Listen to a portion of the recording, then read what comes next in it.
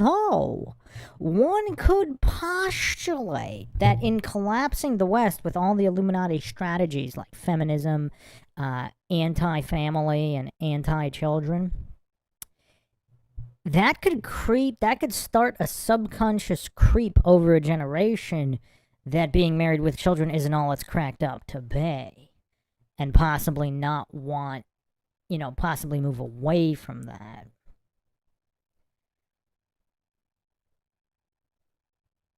Jeff Hunt says there is a secret held for the tippy top of these secret societies. I bet it's the determining and breaking of the moral compass. Yeah, there's actually a concept we haven't talked about as much. Actually, you know what? Wow, we might as well go there. Let's go there. This is MINDSHOCK. I had another episode. I had a part 2 of the Britney Spears conspiracy planned, but there's actually the latest Epstein files drop. I mean, there's so many millions of documents. I mean, I'm gonna be covering plenty more.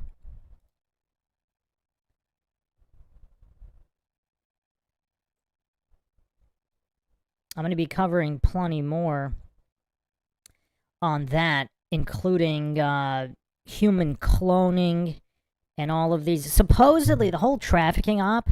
That was one of Epstein's side projects. Notice how part of the disclosure of Epstein might be to kind of pretend it was just this trafficking operation, and that's what's so horrible.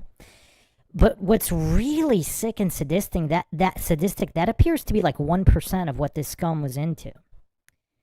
I mean, this scum was involved in military projects, just biotech projects, genetic engineering, human cloning, perhaps, even of Hollywood celebrities. There's one conspiracy that they cloned Britney Spears and that there's a Britney Spears clone out there who's like 14 or 15 years old at the moment. And obviously, might not want to even think about what they were doing with these clones, how young they were, etc. Just the level of scum and filth knows no limit with these individuals. But the decay of the moral compass, because if Satan seeks to pervert all, is part of the Hollywood gig. Like, part of their Hollywood psyop is to actually get genuine good people and corrupt them. So are there several different groups? Because again, let's not fall false dichotomies here. Now, obviously, there are the generational celebrities, possibly born into Satanism, etc. But then there are also the outsiders. Now, Britney might have been MK Ultra and Mickey Mouse Club, etc. But is the reason they want, that's another tough one too, because going through her history, you have Mickey Mouse Club, then there's like a gap. And you see this with several celebrities. So is it possible these scum almost... Actually, we did talk about this. We actually talked about this possibly on the Hollywood Humiliation Rituals episode. Is it possible these scum, get a kick out of trying to corrupt, the most honorable and genuinely sweet people through Hollyweird without the MK Ultra? So there's people they want to MK Ultra and control that way. And then there's other people, their game is to try to corrupt them without the MK Ultra. Is that possible? But with Britney Spears, I have to lean that may be what happened with her, because if you watch the interviews, and also for those people who are not Britney Spears fans, I mean, I don't know, personally, I drive around my turbocharged minivan bumping some Britney almost on the daily. I assume everybody does that.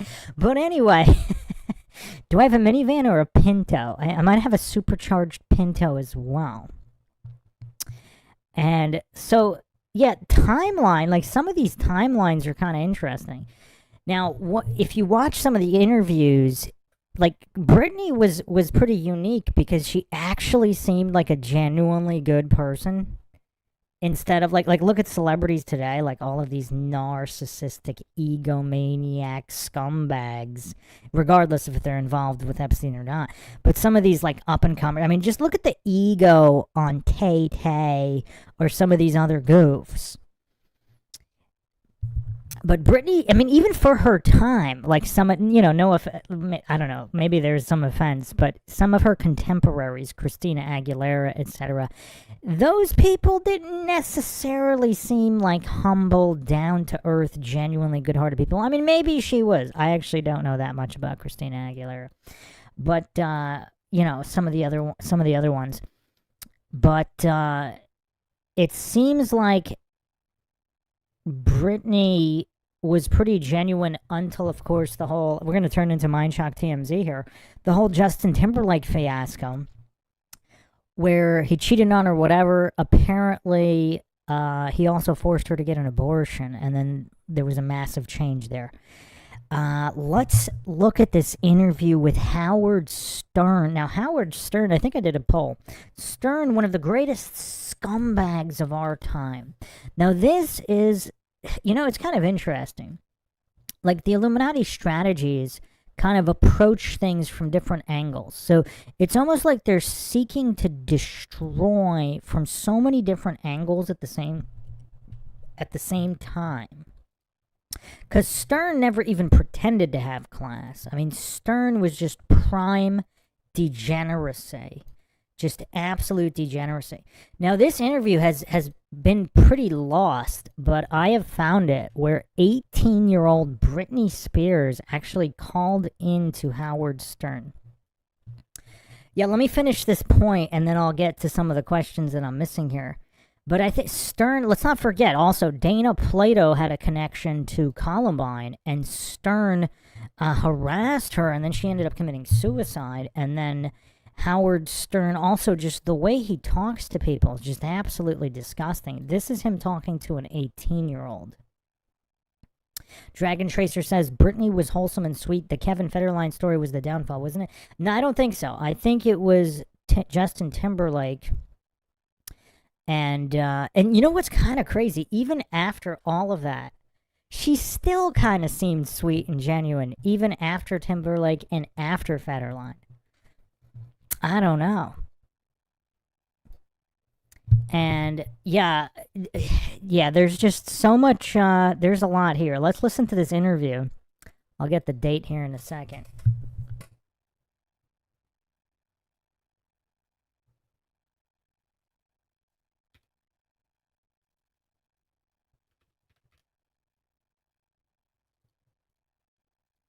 Stores, including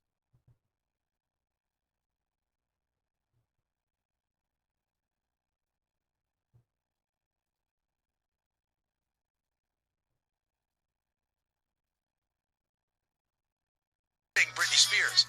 Back in 2000, Britney made her lone call into the show while Jon Stewart was in studio. She sort of called while he was sitting on the couch. I buzzed in and I told Howard that Britney was on the phone. I remember the big thing was that Howard thought that she had snubbed him at a party. Fair use, obviously, here. All fair use all the time. So, again, one of the other things I can't figure out, how does Howard Stern have all this clout? Like, this is just the typical, like, grade A loser. Like, absolute scrawny loser who somehow finds fame and fortune. And then all of these celebrities, for whatever reason, hold him in high regard. Like, why would Britney Spears have any modicum of respect, or anybody, for Howard Stern?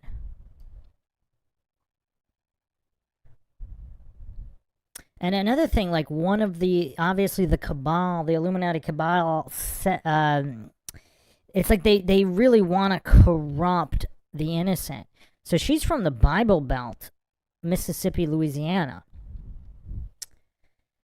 And, like, yeah, obviously, yeah, I mean, if you haven't checked out the episode I did on Britney, check it out. There's a lot there, from cloning to the conservatorship and all this funny business. And she recently supposedly sold her entire catalog for $200-something million.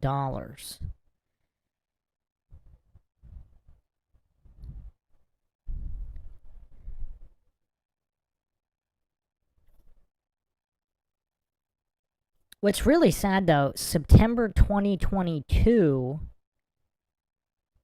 Federline and her youngest son did an interview defending her father's actions during her conservatorship. She stated, quote, "I don't believe in God anymore because of the way my children and my family have treated me. There is nothing to believe in anymore. I'm an atheist, y'all." So that's interesting. It's almost like that was their goal from the beginning, perhaps. So supposedly they were not rich or anything. I mean, I don't think they were absolutely destitute in poverty, obviously. But yeah. So when she was 8 years old, she auditioned for the Mickey Mouse Club. So she was rejected because she was too young, but she met a talent agent and then she went to a performing arts school after that. She got an understudy in an off-Broadway musical. She was a contestant on Star Search, and in December 92, she finally appeared on the all-new Mickey Mouse Club with Christina Aguilera, Justin Timberlake, Ryan Gosling, Kerry Russell, and J.C. Chazet. I have no idea who that is. Oh, he became a member of the boy band NSYNC. Interesting.